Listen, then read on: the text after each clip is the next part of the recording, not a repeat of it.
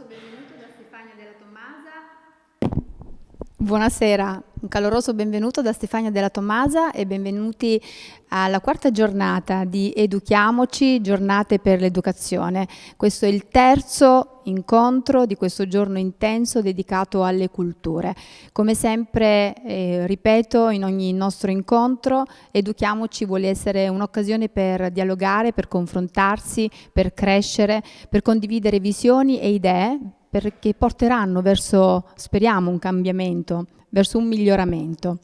Educhiamoci è un festival straordinario che si svolge qui a Vittorio Veneto. Noi siamo in diretta dall'aula magna della scuola secondaria di primo grado Lorenzo da Ponte e vorrei subito dare il benvenuto al nostro ospite, che è un sociologo di fama internazionale, il professore Stefano Allievi. Buonasera, professore.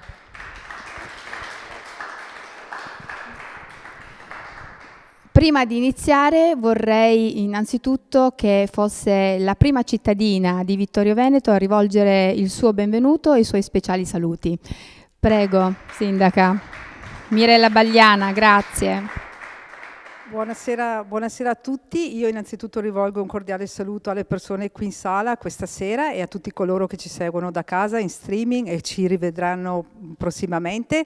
Ringrazio il professor Stefano Allievi per aver accettato l'invito, per essere qui con noi. Siamo molto onorati e felici che lei sia qui per trattare un tema assai importante per le nostre comunità, quello dei fenomeni migratori. Voglio solo ricordare insomma che da sempre il nostro territorio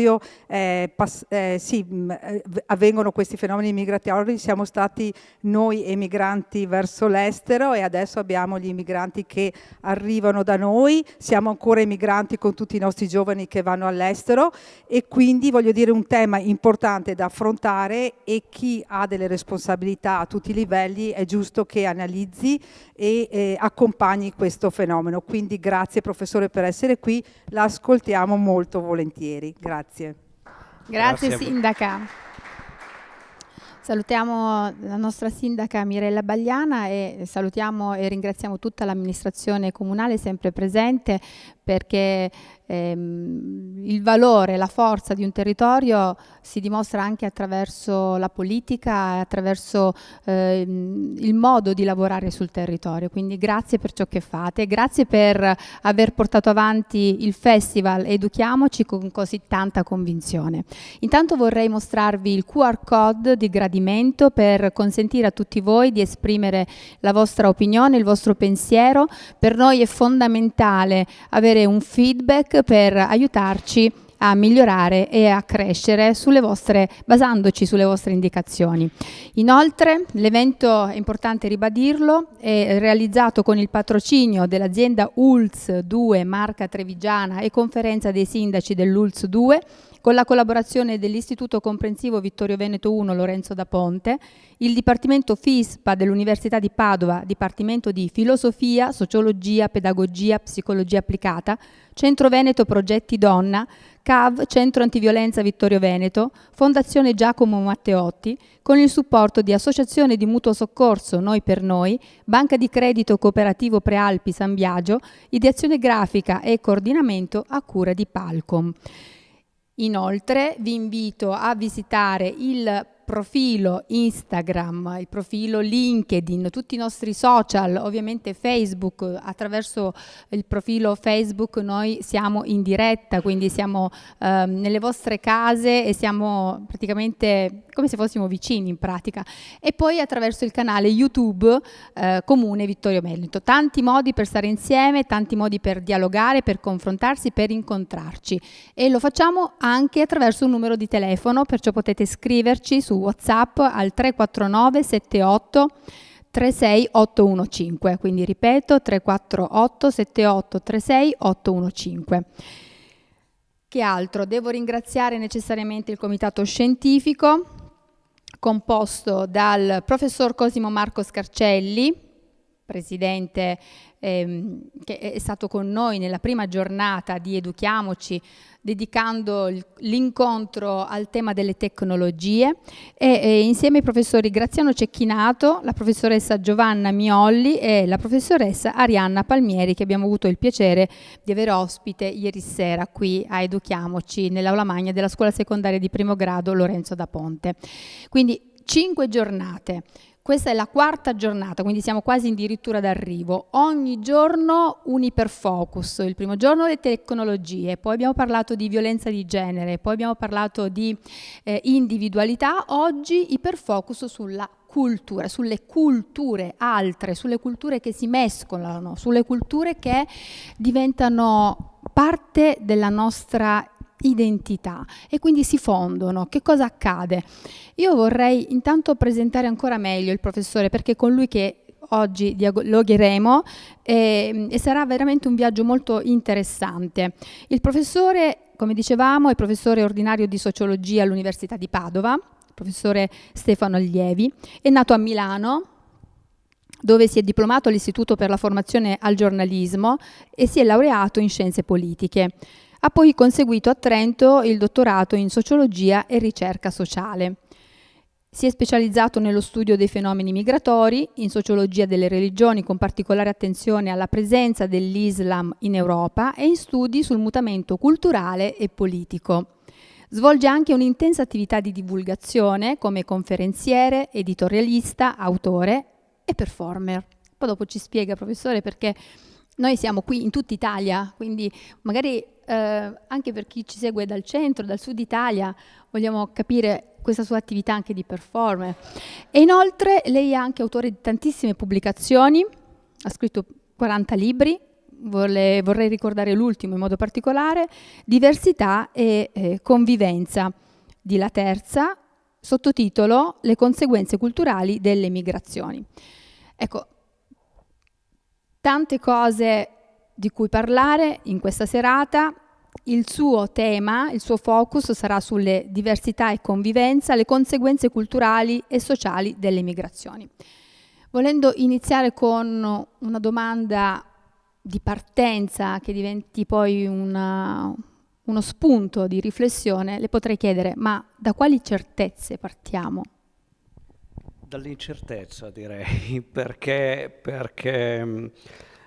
come diceva qualcuno, tra le cose sicure, la più sicura è il dubbio, lo diceva Bertolt Brecht, ed è bene averne tanti di dubbi. È il mestiere che cerchiamo di fare anche in università, con gli studenti e nella ricerca, fare un'educazione critica, un pensiero critico e applicarla ai nostri temi di ricerca. E i miei sono legati appunto alle migrazioni, all'Islam, ormai da, è spiacevole dirlo, ma 45 anni che mi occupo di queste cose, ed è spiacevole per me naturalmente, vuol dire che ne ho abbastanza. Lo faccio in tanti modi, anche stasera, ma lo faccio con riferimento alle performance, perché ho anche, diciamo, degli spettacoli teatrali legati a questi temi, anche con musicisti dal vivo, eccetera, che portiamo in giro proprio per cercare di fare cultura, ma in maniera piacevole, anche divertente, su queste tematiche, quindi le migrazioni, pluralismo culturale, queste cose qua. Allora, la domanda iniziale mi dà uno spunto immediato, perché vorrei cominciare a demolire delle certezze, almeno 3. La prima è: noi ci raccontiamo che siamo una specie sedentaria, mentre invece siamo una specie nomade. Seconda cosa che ci raccontiamo è che siamo convinti di vivere in società omogenee, e invece cercherò di dimostrare che siamo sempre stati eterogenei e lo saremo molto di più. E la terza è che viviamo in una specie di illusione di pace sociale, mentre invece il conflitto, ma spiegherò che cosa si intende per conflitto e non è la guerra, è altro, è la fisiologia della società, non la patologia. Meno male che c'è. E quindi cominciamo, credo, dalla prima, direi. Sì, Con molto interesse noi l'ascoltiamo, professore. Perché appunto c'è questa percezione, quando diciamo migrazioni, il riflesso condizionato di tutti noi è pensare alle immigrazioni. Ora ce ne sono almeno 4 di tipi di migrazioni che sono tutti in corso nello stesso momento, nello stesso luogo, qui da noi in Italia. Le prime sono le immigrazioni, naturalmente, che sono quelle di cui si parla e molto. Le seconde sono le emigrazioni, come ha giustamente ricordato la sindaca. È sbagliatissimo parlare nel passato perché sono in corso adesso, stanno assumendo quasi le medesime proporzioni delle immigrazioni e siamo assolutamente certi che aumenteranno anche nei prossimi anni. Terzo fenomeno migratorio, le migrazioni interne, dal sud in particolare, che non sono mai finite anche se non se ne parla più, misteriosamente, ma sono state, come dire, un argomento di conversazione, di polemica, di lotta politica per molto tempo, sono scomparse dai radar, ma in realtà non sono diminuite, anzi. Sono quelle che oggi si chiamano fughe di cervelli? Sì, anche se a me non piace l'espressione perché intanto presuppone che siano tutti cervelli e non è così, bisogna uscire un po' da questa retorica. Avendo dei figli all'estero, come dire, lo dico con tranquillità, cioè non è un'offesa, non sono tutti cervelli, e soprattutto presuppone che chi è rimasto il cervello non sia o lo sia di meno, quindi no, è un'espressione che non amo tantissimo. Però effettivamente ha ragione, molto, molto diffusa. Quarto fenomeno migratorio sono quelle che qualcuno chiama le migrazioni verticali, perché normalmente avvengono dalla montagna alla pianura, per esempio, dalle zone in via di spopolamento delle Alpi e degli Appennini alle città un po' più grandi in pianura, ma che anche queste sono in aumento e non se ne parla mai. E se le colleghiamo tutte e 4 queste forme di migrazioni, forse capiamo qualcosa di più delle loro ragioni. Comincio con questa questione del movimento perché mi sta a cuore e ne dedico parecchie pagine del libro che ha appena citato. E io dico che sempre che siamo una specie che io chiamo Homo mobilis, cioè nomadi in un universo mobile.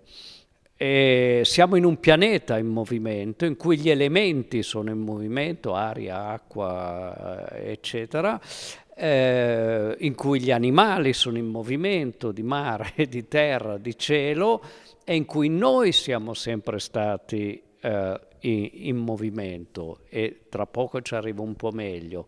Ma il nostro corpo è in perenne movimento. Noi abbiamo 2 cose che ci caratterizzano. La motilità, che è il movimento assolutamente autonomo e indipendente del corpo, per esempio il movimento del cuore.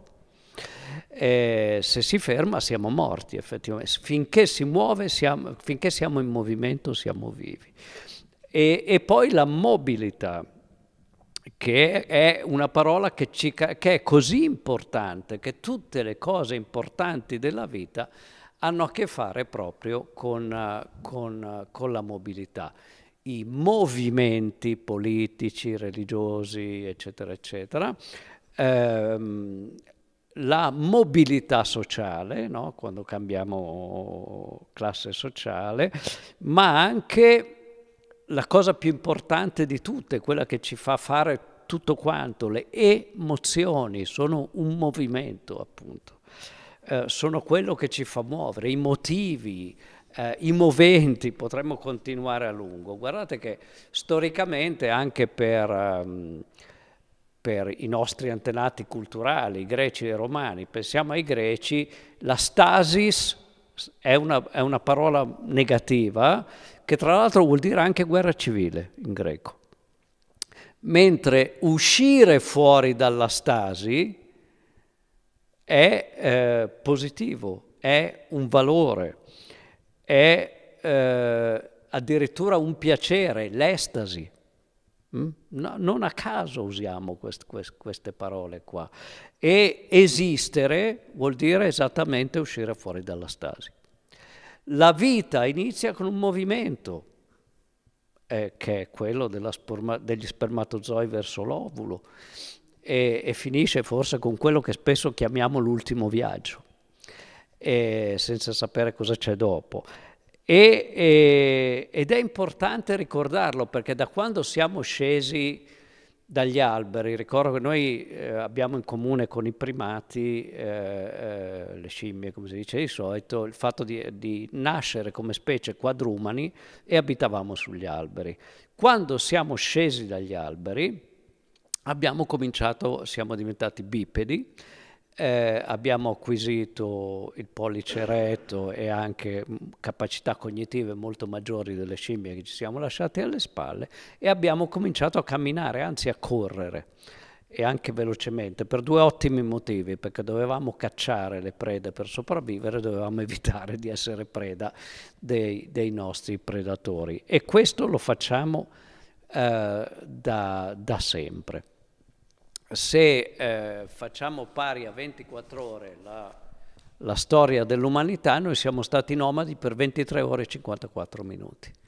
Ci siamo sedentarizzati, fermati, solamente circa 10.000 anni fa, quando abbiamo inventato l'agricoltura. Con l'agricoltura abbiamo inventato anche le città, e crediamo che le città siano un posto dove la gente sta. Per niente. Le città sono un posto dove la gente arriva, prima roba, in particolare dalle campagne ovviamente, ma anche da altrove. Ricordo lo stupore dei primi statistici e demografi quando è stato fatto il primo censimento in Italia, nella storia d'Italia, e si è scoperto che in tutte le città più della metà della popolazione era nata fuori dalle città, ed è sempre così. Ma addirittura oggi il fenomeno è molto più forte. Se pensiamo alle grandi città globali, Londra, New York, Toronto, Sydney e tante altre, quasi la metà della popolazione di queste città non è nata fuori dalle città, è nata fuori dal paese, in un altro paese, ed è il motivo per cui ci andiamo in queste città e ci piacciono. Quindi ci sono appunto tanti elementi di questo genere. Diceva un grande viaggiatore che si chiama Bruce Chatwin, che ha scritto dei libri meravigliosi, che il viaggio non soltanto allarga la mente, gli dà forma.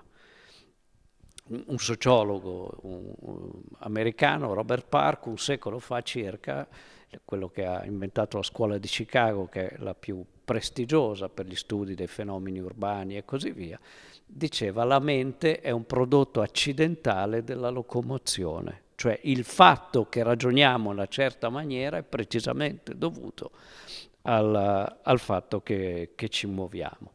E aggiungo, per tentare di chiudere questo ragionamento, che non solo la mobilità non si è fermata, è ripresa massicciamente negli ultimi minuti della nostra storia, e anche ancora di più negli ultimi secondi, perché per motivi tecnologici fondamentalmente, perché viaggiare non è mai stato così sicuro, così veloce e così economico nella storia dell'umanità, almeno per chi possiede il passaporto giusto, cioè diciamo gli occidentali, perché noi possiamo andare ovunque vogliamo, e questa è una delle diseguaglianze meno percepite come tali. Noi possiamo andare in oltre 185 paesi del mondo senza chiedere il visto e senza dover dire perché ci gira, perché ci piace il nome di una città. E mentre altre popolazioni, tutte le altre popolazioni, devono chiedere il visto, ma il visto noi non glielo diamo, e questa cosa spiega da sola le immigrazioni irregolari, non c'è nessun'altra ragione da aggiungere. Vorrei anche ricordare che noi abbiamo un'idea di chi si sposta, gli immigranti, ma noi ci spostiamo per mille altre ragioni. Intanto i mestieri che hanno a che fare col movimento sono tantissimi. Il turismo da solo produce più del 10% della ricchezza globale e più del 10% dell'occupazione globale in tutto il mondo. È la più grande industria del mondo. ed è legata al movimento. Pensiamo ai trasporti, ovviamente, pensiamo a ma pensiamo alle centinaia di mestieri a cui non badiamo, che sono badate sul movimento, chi monta macchinari, chi fa le manutenzioni, i diplomatici, i missionari, i militari, chi lavora nelle organizzazioni internazionali, chi lavora nell'arte, che è perennemente in tournée, che la tournée non è solo l'orchestra della Scala, è chi fa liscio nelle sagre della zona, cioè abbiamo tutti i mestieri, gli sportivi. Noi ci dimentichiamo che davvero siamo continuamente mobili. E aggiungo un'ultimissima cosa, ci muoviamo dentro le città, il pendolarismo, muoviamo dentro e fuori le città, i weekend fuori porta, le vacanze, eccetera, ma anche solo quando ci troviamo con degli amici il venerdì sera o il sabato sera, che dobbiamo dire: ma cosa facciamo stasera? Andiamo a bere una birra là, in un'altra città. Gli amici sono gli stessi, la birra presumibilmente la stessa, ma quello che ha dato senso alla serata è che siamo andati. Infatti quando andiamo poi pigliamo questo aggeggio infernale, ci facciamo i selfie e diciamo: guarda dove siamo. Non conosco nessuno che si fa i selfie a casa sul divano e dice: guarda dove sto, perché non fa notizia. Ed è una cosa che hanno acquisito ormai i giovani, le generazioni più giovani, molto di più. Ormai sanno, in particolare chi studia, eccetera, che la mobilità fa curriculum. E i ragazzi lo sanno benissimo. Nel mio mestiere è assolutamente evidente. Eppure, professore, ci sono stati 2 anni in cui ci hanno costretti all'immobilità. Sì, e che cosa abbiamo scoperto in quei 2 anni? 2 cose fondamentali. La prima è che c'era un sacco di mobilità inutile, effettivamente, che si poteva lavorare da casa, noi abbiamo insegnato da casa e così via. La seconda cosa che abbiamo imparato è che non ne potevamo più di stare fermi, però. E quindi appena è stato possibile abbiamo ricominciato a muoverci sostanzialmente ai ritmi di prima. Anzi, stiamo accelerando di nuovo adesso. Quindi queste 2 cose sono importanti. È vero, c'è tanta mobilità inutile e si può smettere e stare molto più comodi. Ancora oggi, nelle grandi città globali che ho citato prima, a Londra ci sono interi quartieri, grattacieli ormai svuotati, perché aziende che avevano lì tutti gli uffici si sono accorte che l'azienda andava lo stesso, anche se non venivano tutti lì o venivano 2 giorni alla settimana, eccetera, eccetera. Questo è importante. Non buttiamola via la mobilità, non sprechiamola, anche se c'è anche un qualcosa di piacevole nell'attivarla così. Andiamo a fare un giro, andiamo a fare shopping, andiamo. Ecco, e andiamo a fare un giro, una cosa che ci accompagna per tutta la vita, cambia solo il mezzo di locomozione, si comincia col triciclo, poi la bicicletta, poi il motorino, poi l'automobile, per cui sì, ha ragione, si è stati fermi e abbiamo capito quanto ci ha fatto capire delle cose utili e quanto ci ha fatto male però. Nel suo lavoro lei spesso ha sottolineato come la diversità generi innovazione, ma anche conflitto. Ecco, le volevo chiedere se secondo lei sono condizioni sociali e politiche che permettono di trasformare la differenza in risorsa realmente o è soltanto questa, diciamo, utopia? Comincerei con la prima parte. Homo mobilis e anche homo pluralis. Cosa vuol dire? Che ovunque noi andiamo ci portiamo la nostra cultura, normale. Pensiamo alle nostre migrazioni, tutte le Little Italy che ci sono in giro per il mondo, le Chinatown e tante altre. E si continua a farlo, quindi lo facciamo noi quando andiamo all'estero, lo fanno gli altri quando vengono da noi. Che cosa vuol dire però, essendoci più persone che si muovono oggi, che le città diventano più plurali culturalmente, c'è maggiore diversità anche visibilmente. In realtà le migrazioni, se io dico migrazione ancora una volta, il grosso delle persone pensa agli sbarchi di persone dall'Africa. Ora, oltre la metà dei migranti in Italia sono europei, cioè non ce ne accorgiamo che sono migranti, perché hanno più o meno la pelle come noi, eccetera. Le seconde generazioni, europee o meno, in realtà se non le vedessimo non ce ne accorgiamo, perché quando parlano hanno una marcata cadenza dialettale e parlano esattamente come i nostri figli. Gli africani, per esempio, sono circa il 20% dei migranti, poi abbiamo gli asiatici, i latinoamericani, eccetera. Ma ognuno, il punto che hanno in comune è che si portano le loro culture, che vuol dire prodotti che mangiano, come si vestono, come pregano, quale religione appartengono e altre diversità che sono significative, perché le culture viaggiano sulle gambe degli uomini e delle donne che si spostano. Ed è sempre stato così nella storia. Ed è così che le culture si arricchiscono.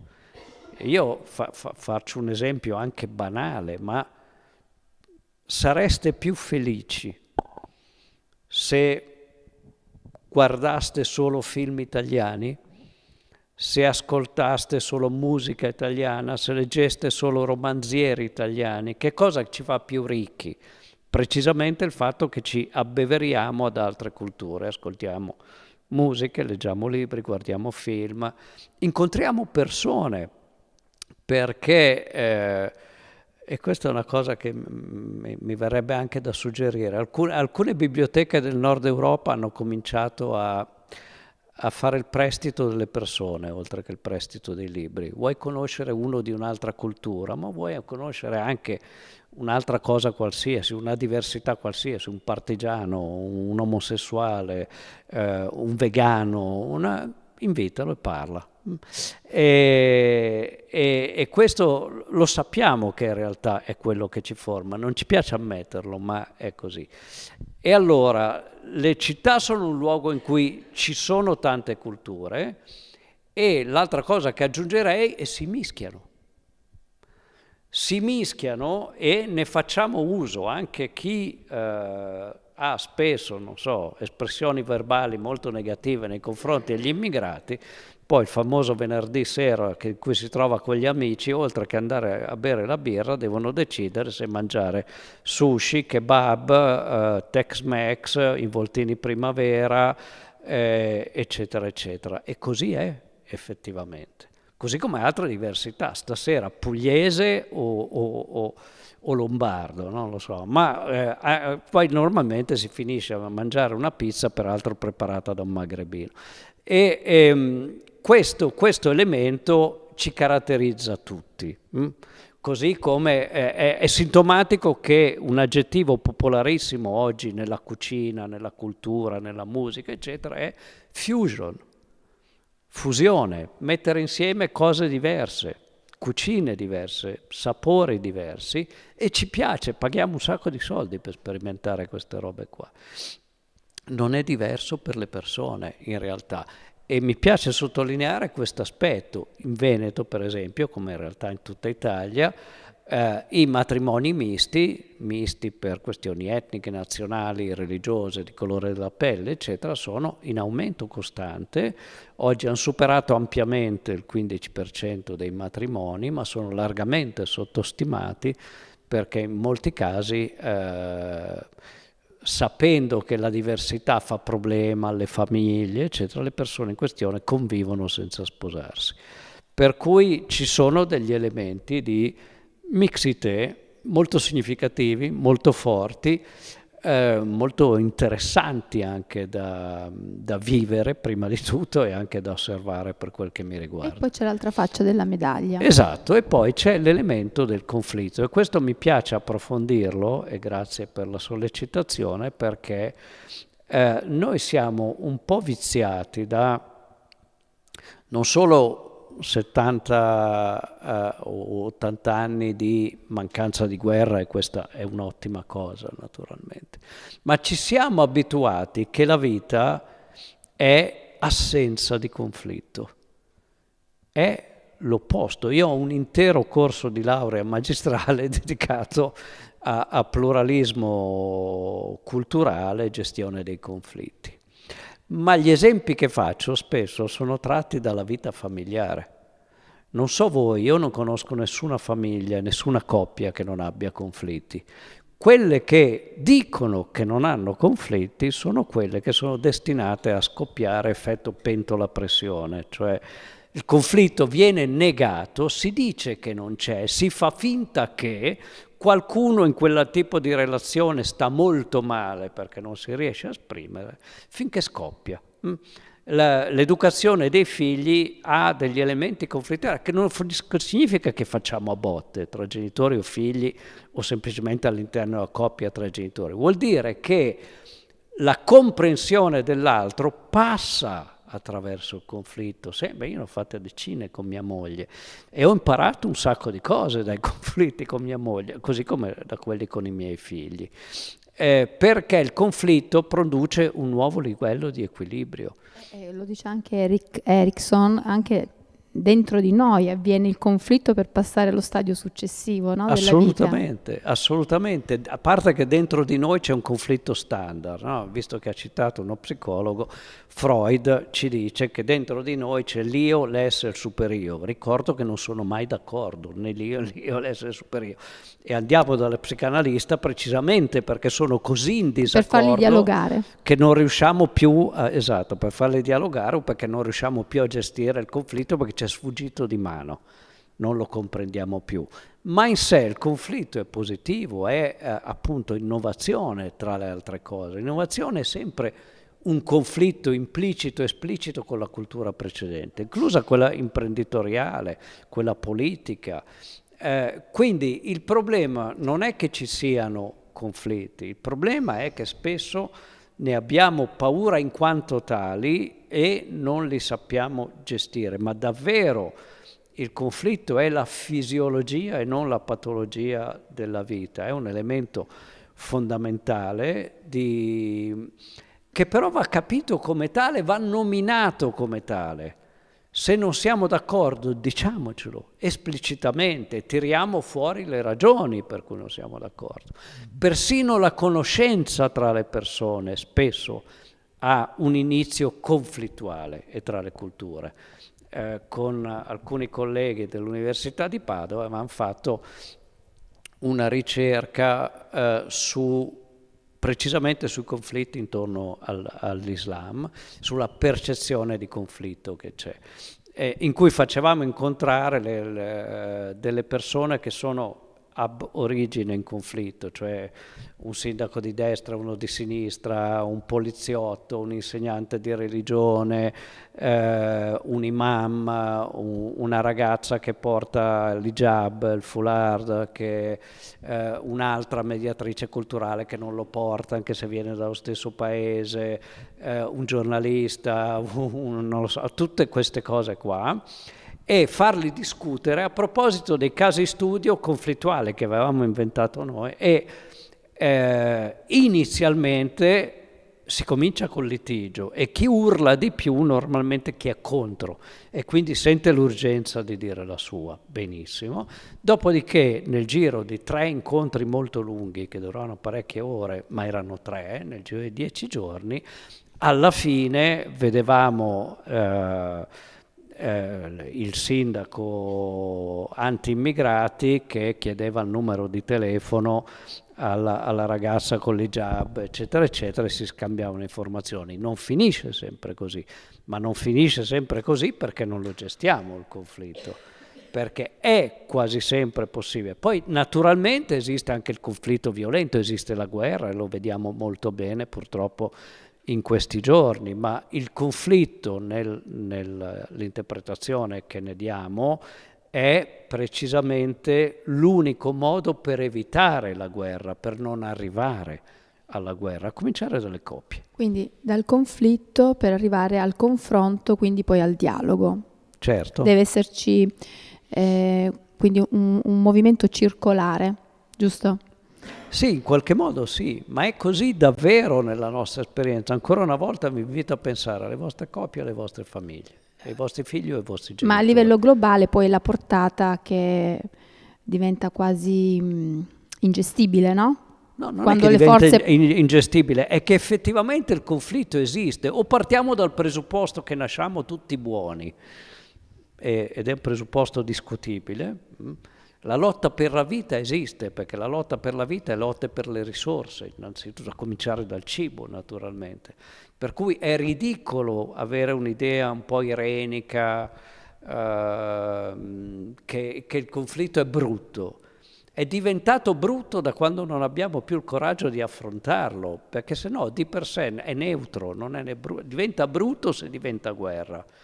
E diventa bello se è il modo per arrivare a un nuovo equilibrio. Ma chiediamolo ai nostri figli quando, non so, sono piccoli, gli diamo un orario limite per andare a letto, per rientrare a casa entro le 10. Poi i figli diventano grandi e cominciano a dire: ma io vorrei rientrare a mezzanotte o più tardi. Di solito è un conflitto, banalmente, che alle volte può finire in una litigata, in un mandarsi a quel paese, nell'insulto, nello sbattere le porte, eccetera. Dopodiché, di solito, se viene gestito, diventa un nuovo livello equilibrio. Ok, da ora in poi mezzanotte, perché no? Dopotutto sei grande, parliamone. Cioè, è semplicemente questo. Certo, se non viene gestito, si radicalizzano le posizioni, e allora a quel punto ci si manda a quel paese di default, non dico altro, ma insomma. Quindi la rigidità è quello che poi porta allo scontro che chiamiamo guerra, la rigidità, l'incapacità poi di giungere a un dialogo, no? Sì, anche tra l'altro le guerre finiscono sempre con un compromesso. Possono avere anche un altro esito, che è il più terribile di tutti, che è il genocidio, lo sterminio del nemico. È chiaro, certo che possono finire anche così. Sappiamo che non è quello auspicabile, per cui si chiamino trattato di pace o in altro modo, sono precisamente il sanzionare l'esistenza di un nuovo equilibrio.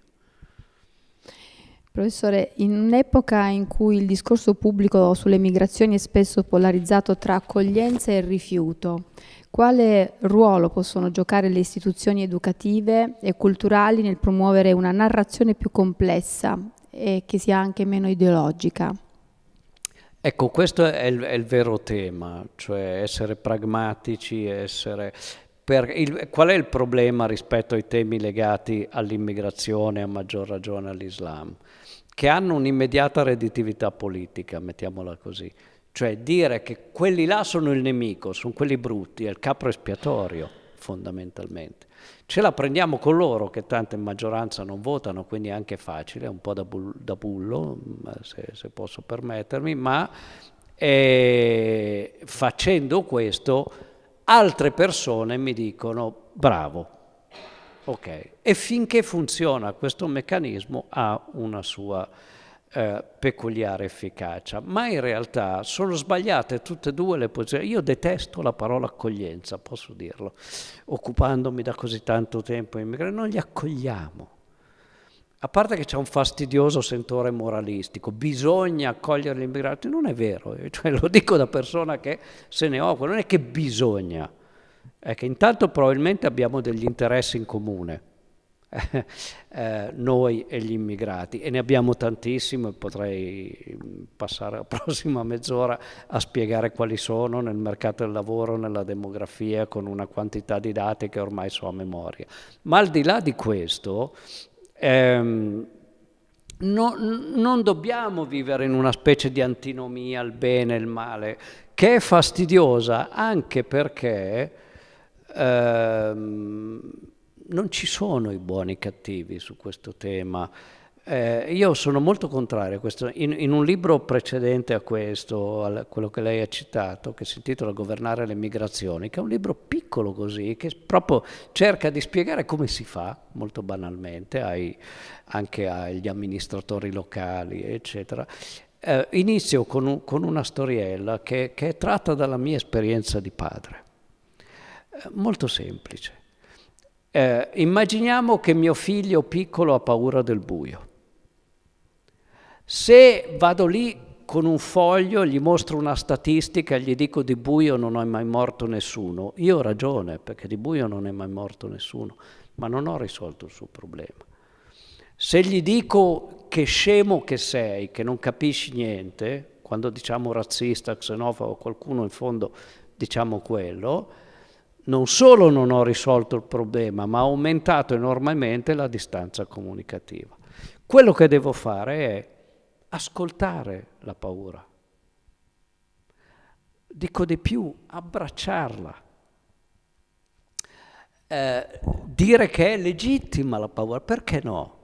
Certo, è una cosa nuova, vediamo che cos'è, cerchiamo di capire. E dopodiché trovare insieme una soluzione, che nel caso del bambino è: cosa ne dici se lasciamo la luce accesa in corridoio la notte per un po' di tempo? Che apparentemente è irrazionale, eppure costoso, eppure è l'unico modo per superare la paura. Ecco, noi dovremmo fare questo. Allora, aggiungo che come dire, non è ancora una volta un'autonomia, accoglienza, rifiuto, perché intanto il rifiuto non lo facciamo, non è possibile. Se lo applichiamo agli altri dobbiamo applicarlo anche a noi stessi quando usciamo. Infatti il rischio del fare i muri contro quelli che entrano è che gli altri facciano i muri contro quelli di noi che escono. Ed è sempre così in realtà, questa è la logica, per cui abbiamo convenienza ad abbattere i muri da questo punto di vista, o meglio a controllarli. Perché le migrazioni certo che vanno gestite, questa è un'ovvietà, non vanno lasciate al caso, al mercato o alla delinquenza o alle mafie internazionali che ci speculano sopra. Vanno gestite, gestite non vuol dire non le vogliamo, vuol dire quanti ne entrano quest'anno, per fare che cosa, sapendo chi sono, sapendo dove vanno, eccetera, che è una cosa molto diversa da quello che stiamo facendo oggi anche nel nostro paese, purtroppo.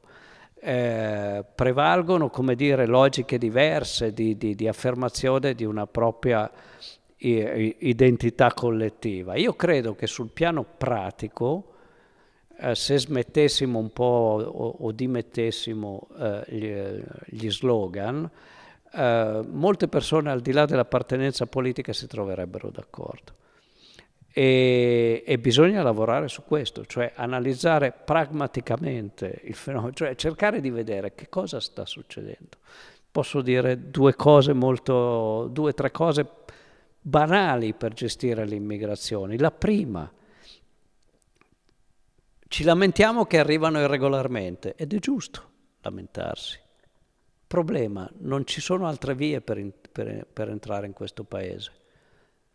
Uno non può entrare regolarmente, salvo i richiedenti asilo, che hanno delle loro ragioni specifiche. Uno non può entrare come migrante economico. Perché? Perché non gli diamo il visto. Per cui non può nemmeno salire sulla scaletta dell'aereo, per cui si farà mediamente 1 anno e mezzo di traversata dei deserti, subendo violenze, lavorando per recuperare soldi, eccetera, eccetera. Prima cosa. Quindi riaprire, perché 40 anni fa c'erano i canali regolari d'ingresso, infatti non avevamo così tanti irregolari. Quindi ripristiniamo canali regolari d'ingresso, il numero di irregolari non sparirà perché non c'è sempre stato, ma diventerà fisiologico. Non che tutti, perché oggi funziona così che quando uno sbarca a Pozzallo, a Lampedusa, sono i carabinieri che gli dicono fai domanda d'asilo. Ma dici: ma io non sono un richiedente asilo, sono un migrante economico. Non importa, fai domanda perché sennò non ti pigliamo neanche in considerazione. Fa domanda e dopo 1 anno e mezzo gli diciamo: ma tu non sei un migrante economico. Bravo, bastava chiedermelo. Solo che dopo non restano lì come irregolari e basta. Cioè sostanzialmente non li gestiamo, quindi non gestiamo il problema. Quindi riaprire canali regolari, aprire, diciamo, ridistinguere tra migranti economici e richiedenti asilo. Da soli, in pratica. Sì, assolutamente sì. La terza cosa è l'integrazione. Guardate, molto banale. Noi vogliamo siamo contro gli irregolari e contro chi non si integra. Beh, la cosa più banale che si fa per integrare le persone è insegnargli la lingua. Non è un costo, è un investimento. Esattamente come un investimento l'istruzione e la cultura. Qualcuno in passato aveva detto: ma tagliamo i fondi all'educazione, alla cultura perché non servono, perché qualcun altro ha risposto: se pensi che la cultura e l'istruzione sia un costo, prova l'ignoranza. Ecco, se pensi che l'integrazione sia un costo, prova il suo contrario è la disintegrazione. è il conflitto tra poveri, è appunto il fastidio poi progressivo che proviamo. Posso dire che con gli ultimi decreti è stato cancellato il rimborso della spesa per i corsi di italiano? E questa è una follia, è veramente il fatto che ci facciamo male da soli.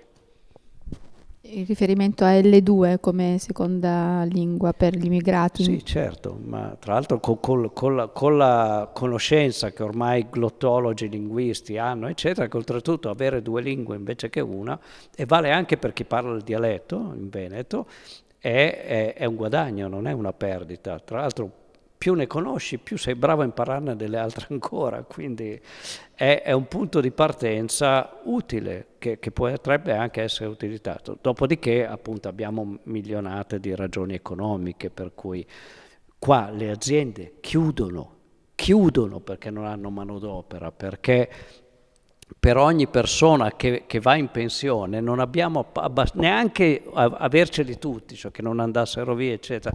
Non ci sono abbastanza giovani per sostituirli, punto.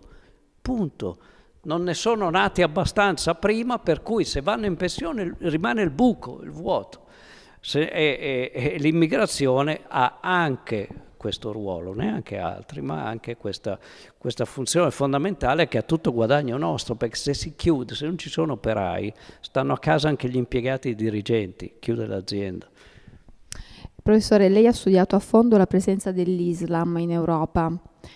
In che modo la religione è percepita come elemento divisivo e come può diventare invece un ponte vero di interdipendenza culturale? È una domanda forte, perché noi siamo abituati a pensare che la religione produce conflitti, produce, diciamo, solidarietà interna e conflitto esterno. Ora, non è precisamente così. La religione continua a produrre tutte e due le cose, sia all'interno che all'esterno, perché ci abbiamo all'interno del mondo cattolico, chi lo conosce sa che ci sono dei conflitti enormi all'interno del mondo islamico pure. E spesso, andando io a parlare in entrambi gli ambiti, spesso mi accorgo che i conflitti interni sono addirittura più forti dei conflitti tra diversità. Allora, la prima cosa che dobbiamo farla è conoscerle, cioè è vero che l'Islam è nuovo in Europa, nuovo relativamente, perché storicamente c'è stato, in Italia abbiamo avuto la presenza in Sicilia, l'Emirato di Bari, eccetera, eccetera. In Spagna il periodo della dominazione dell'Andalusia è una delle età dell'oro, di maggiore civilizzazione della storia spagnola. In tutti i Balcani c'è tutto l'Islam ottomano che è lì dal 1300 fondamentalmente, senza aver provocato nessun conflitto. Allora, l'ha provocato il conflitto, non l'Islam peraltro, l'ha provocato le etnie nella ex Jugoslavia, usando la religione come giustificazione, ma non è che ha sparato di più i musulmani degli altri, gli ortodossi, i serbi o i cattolici croati non scherzavano affatto nello sparare agli altri. E quindi c'è un problema di conoscenza. La conoscenza non comincia con la demonizzazione. Se tu parti dal presupposto che a me i musulmani fanno schifo, che li detesto, che è una religione terribile, senza esserci mai stato, senza conoscerli, avendo come fonte di informazione mio cugino che ha fatto le vacanze a Sharm el Sheikh, capite che non andiamo molto lontano, perché con la stessa quantità di argomentazioni con cui affrontiamo l'Islam, proviamo a applicarla su di noi. Se usiamo quei criteri lì, certo, non si salva nessuno, cioè se non ne sappiamo niente e non abbiamo mai incontrato nessuno e non abbiamo mai letto un libro, è legittimo che abbiamo paura, ma anche un po' ottuso. Cioè si possono anche, è la non conoscenza. Sì, reciproca naturalmente, che è così, ma quando si sente dire ma ci vogliono islamizzare, ma chi l'ha detto? Ma andiamo a vedere, sono loro che cercano, innanzitutto sono loro che vengono perché vogliono in realtà apprezzano tutta una serie di possibilità che da noi ci sono, che non è solo guadagnare o trovare lavoro, anche la libertà, anche la democrazia, noi dovremmo essere orgogliosi di quello. E dopodiché il livello di integrazione, andiamolo a misurare, e spesso scopriamo che vogliono precisamente questo, che i loro figli vogliono questo. Non hanno affatto intenzione di fare la guerra, men che meno la guerra santa. E abbiamo precisi indicatori, anche qua bisognerebbe parlarne a lungo, spesso appunto ho fatto parecchie ricerche, sono andato in giro tanto, proprio andando in giro, andando a bussare alle porte, andando a parlare con la gente, e la differenza tra l'Islam di carta, quello diciamo dei giornali, e l'Islam di carne, cioè quello che vediamo nelle persone che sono immigrate, non potrebbe essere più forte. Tra l'altro noi siamo il paese in Europa che ha la più alta differenza tra il reale e il percepito, sia nel numero di immigrati, sia nel numero di musulmani, il che vuol dire che non sappiamo delle cose. E voglio dire una cosa che so che è spiacevole, ma è importante sottolinearlo, c'è un problema di analfabetismo funzionale fondamentalmente nel nostro paese, che è probabilmente la più grande emergenza del nostro paese. La media di analfabeti funzionali, cioè che sanno leggere e scrivere ma non distinguono notizia vera da quella falsa, in Europa è il 15%, 15 su 100. In Italia è il 30%, è il doppio esatto. Vorrà dire qualcosa, avrà delle conseguenze su come interpretiamo i fenomeni? Io temo di sì, e sono lieto di insegnare all'università, di formare dei giovani che invece oggi chiedono sempre di più un'istruzione maggiore, superiore appunto. Quindi la sfida non è tanto integrare l'altro, ma ridefinire insieme le regole. Sì, ma anche no in realtà, cioè le regole ci sono, poi le regole si definiscono vivendo ed è normale che sì, continuiamo a produrre nuove leggi, qualche volta modifica le Costituzioni, è normale che sia così anche a prescindere dalla presenza degli altri, però la legge è una norma e vale per tutti. Infatti quando si dice ma loro vogliono, a parte che il fatto che qualcuno voglia non significa nulla, ci sono persone naziste, ci sono persone che ne so, talebani dell'animalismo piuttosto che biker, che non so, hanno comportamenti lontanissimi dalla maggior parte di noi, ma nessuno dice che non hanno il diritto di vivere qua, la pensano diversamente, cerchiamo di fare in modo che rimangano una minoranza non in grado di nuocere, diciamo così, ma noi chiediamo a tutti il rispetto della legge e le persone le rispettano, e se non le rispettano è giustissimo che intervenga la repressione, più semplice di così. Cioè non è che dobbiamo aver paura d'altro, abbiamo delle norme, finché sono quelle, ci piacciono, ce le teniamo. Se vogliamo cambiarle perché decidiamo noi di cambiarle, come si fa normalmente, benissimo. A questo gioco parteciperanno anche gli immigrati e i musulmani nella misura in cui potranno votare e quindi presupposta la cittadinanza o comunque avranno voglia di attivarsi e sempre più lo faranno. È avvenuto anche con le nostre migrazioni all'estero, all'inizio erano un corpo estraneo o erano percepite come un corpo estraneo, che è una cosa molto diversa.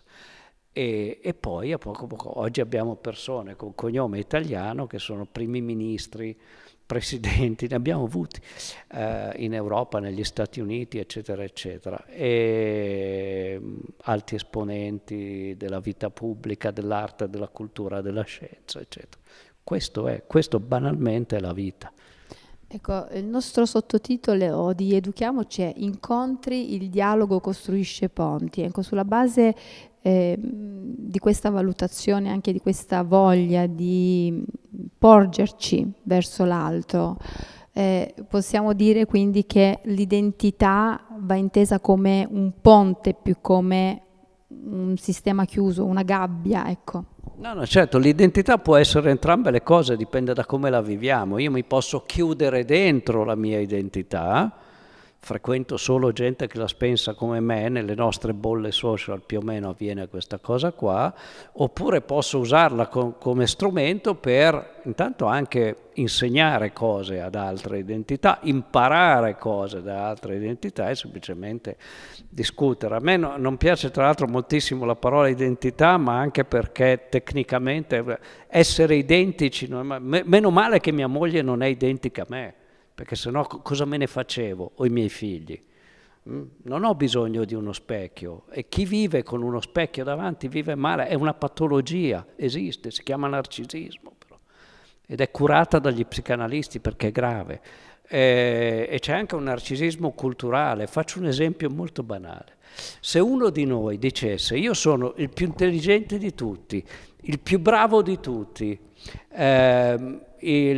quello che ha la cultura superiore rispetto a tutte quelle degli altri, noi diremmo quello lì è un cretino.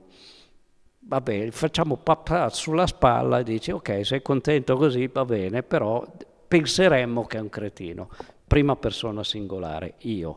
Se invece usiamo il noi siamo una cultura superiore, una civiltà avanzata, eccetera, la maggior parte di noi considera legittimo questa cosa.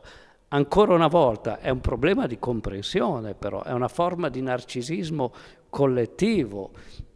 Anzi, Freud lo chiamava il narcisismo delle piccole differenze e parlava proprio di scozzesi e inglesi, di catalani e spagnoli, eccetera, eccetera.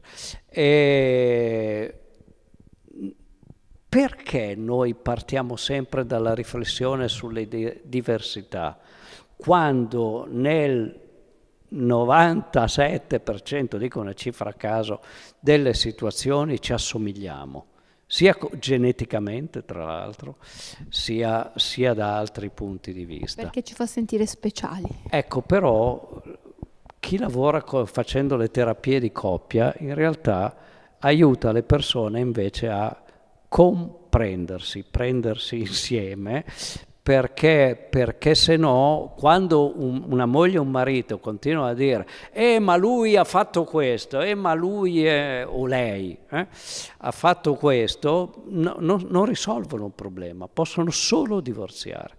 Possono risolvere problemi, va quante cose che ha fatto l'altro per me, io non me ne ero neanche accorta, guarda quante cose potremmo fare in futuro che io non ci avevo mai pensato.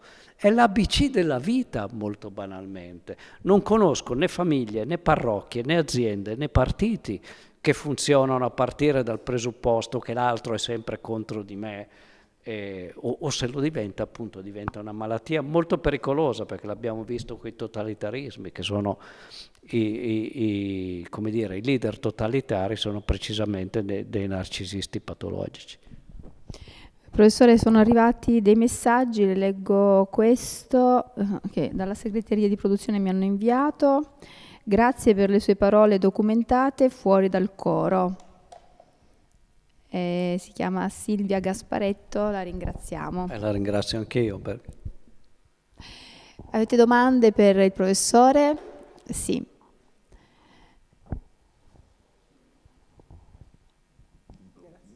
Buonasera. Io sono molto contenta di ascoltare di nuovo le parole del nostro esperto Stefano Allievi, perché io lo considero uno dei pochi, dei rarissimi esperti italiani, studiosi italiani del fenomeno della migrazione e dell'Islam. Sono temi molto sensibili perché purtroppo con gli anni vediamo che vengono trattati, strumentalizzati molto dalla politica per fini puramente politici. Il problema è che l'opinione pubblica viene manipolata a dismisura, al punto che, come lo diceva giustamente prima il dottor Allievi, la gente non distingue più cosa è vero, reale e cosa è semplicemente una menzogna che a furia di ripeterla diventa la verità per qualcuno, per molti qualcuno, e questo diventa un problema. A questo punto io avevo due domande, ma il nostro ospite ha già risposto prima, mi ha preceduta, però gli faccio lo stesso la domanda. Il problema è che qualcuno si è permesso di creare una classifica delle civiltà, una classifica delle culture, una classifica delle confessioni, attribuendo il primato a una cultura anziché l'altra e considerando tutto il resto cultura inferiore. C'è stato anche un grande politico italiano che addirittura l'ha anche dichiarato pubblicamente che gli italiani, gli occidentali sono di una civiltà superiore a tutti gli altri. Il problema è che chi dice queste cose non si rende conto che dall'altra parte c'è gente colta, con un cervello, che pensa e che magari al primo colpo ride di queste dichiarazioni assurdi per loro, però ci vede sicuramente un problema che crea più limite, più distanza fra i popoli, anziché favorire la pace che si pretende volere dall'altra parte, crea guerre, perché fino a prova contraria nessun paese musulmano o paese del sud ha invaso un paese occidentale e ci ha fatto la guerra o ha causato un genocidio o sostenuto un genocidio. Assistiamo piuttosto al contrario. Per questo adesso gli intellettuali dall'altra parte del mondo, guardando l'occidentale, diciamo che un po' hanno sempre meno fiducia nel fatto che l'Occidente è questo salvatore del mondo, perché dicono: ma come? Cioè, avete fatto una pietra figura nelle ultime guerre del mondo, tutte le posizioni che avete preso per noi le consideriamo sbagliatissimi, non avete più nessuna credibilità per noi, come mai continuate ancora a pretendere con arroganza di voler essere un esempio per il resto del mondo? Noi non vogliamo questo esempio perché ha fatto le sue prove sul campo e per noi sono fallimentari. La mia domanda è, secondo lei, come mai ancora quelli che gridano alla paura, alimentano la paura dell'altro, considerano l'altro una minaccia, urlano al lupo, come mai l'opinione pubblica riesce ancora a cascarci?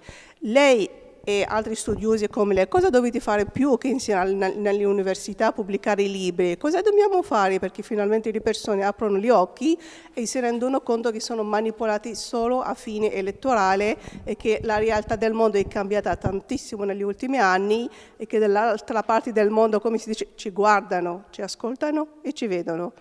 Okay. Cosa fare? Grazie. Guarda, se sapessi cosa fare sarei, come dire, presidente di tutte le galassie e probabilmente sarei anche miliardario, ma non è questo il problema. Cioè, io non pretendo di risolvere i problemi del mondo e non penso neanche che sia possibile in assoluto, nel senso che il male ci sarà sempre, i problemi in compressione cambieranno, ma ci saranno sempre. Allora, io parto dall'inizio della sua osservazione. Io sono nato in Occidente, sono molto, non fiero, contento di essere nato in Occidente perché ho un sacco di vantaggi, sono libero di dire quello che voglio, posso fare un lavoro educativo che credo importante, mi riconosco in molti dei valori che ci sono in quest'area del mondo e proprio per questo non ho alcuna paura ad ascoltare e a osservare quello che accade altrove. Sono, credo, abbastanza solido in alcuni convincimenti che mi consentono appunto di ascoltare, di vagliare, cioè di decidere, secondo me, quello che è buono e quello che è cattivo nella mia cultura, dove c'è sia il buono che il cattivo, e nelle altre culture dove c'è sia il buono che il cattivo. Allora, non credo in un mondo che sia fatto come una specie di tavola rotonda in cui tutte le persone educatamente esprimono il loro punto di vista e poi si fa una sintesi. Non funziona così, appunto, neanche nelle coppie, nelle famiglie, nelle imprese, nei partiti e nelle chiese. Però è molto possibile invece vedere cosa succede, osservarlo e trarne delle lezioni. Quindi vale per il mondo islamico, vale per la Cina, quante cose abbiamo da imparare, vale per altre culture. La chiudo con una storiella, un apologo che a me piace molto. Si racconta di quando Colombo arriva nelle Americhe e incontra gli indios e già sbaglia perché lui credeva di essere arrivato nelle Indie, per cui le chiama indios, ma invece era un altro continente e già vediamo che la civiltà di partenza non è così precisa e onnisciente come pretende di essere, ma siccome si porta la sua cultura, la sua religione, i suoi missionari, eccetera, scende, sbarca, incontra gli indios e dice: ok, siamo venuti a parlarvi di civiltà, religione, cultura, eccetera, eccetera. E gli indios rispondono: benissimo, cosa volete sapere? Ecco,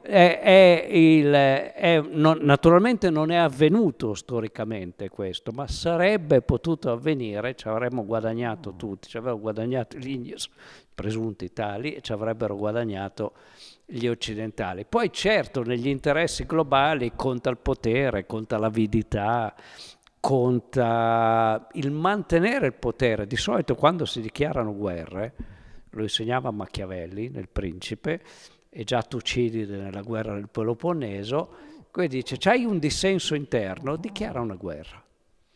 Così il dissenso sparisce e c'è consenso intorno a te.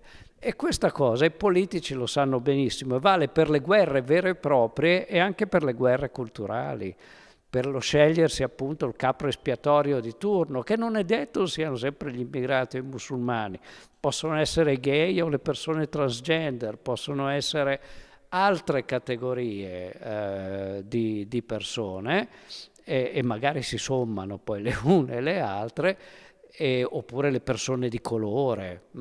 Che ragione c'è? Però appunto il meccanismo funziona, finché funzionerà, e temo che funzionerà per sempre, un pezzo delle popolazioni avrà quest'idea. Credo però che ci sia un altro grande pezzo di popolazione che non solo ha idee diverse, ma che ha precisamente questa capacità di ascoltare, di dire anche, di affermare, di dialogare, di incontrare. Chiudo sull'esempio, il contrario del ponte è il muro. Provateci voi a attraversare un muro, non ci riuscite ovviamente, ma provateci voi a trovare piacere di fronte a un muro. I ponti ci aprono a nuove prospettive, tant'è che sono l'inizio dell'incontro. Oggi c'è il Papa in Turchia, il Papa Pontifex, è per definizione un costruttore di ponti. Ecco, se prendiamo sul serio questa cosa, lo vediamo ancora una volta anche nella nostra vita privata. Quando erigiamo un muro le cose funzionano molto peggio. Quando tentiamo di costruire un ponte, spesso dall'altra parte c'è qualcun altro che ci dà una mano a completarlo. Noi ringraziamo il professor Allievi. Avete altre domande? È stato veramente un incontro molto interessante, un confronto su temi che non si affrontano in questo modo tutti i giorni, perciò noi la ringraziamo per aver portato i suoi studi, il suo sapere, i suoi incontri, per divulgare la conoscenza e abbattere il muro dell'ignoranza, direi. Bravo.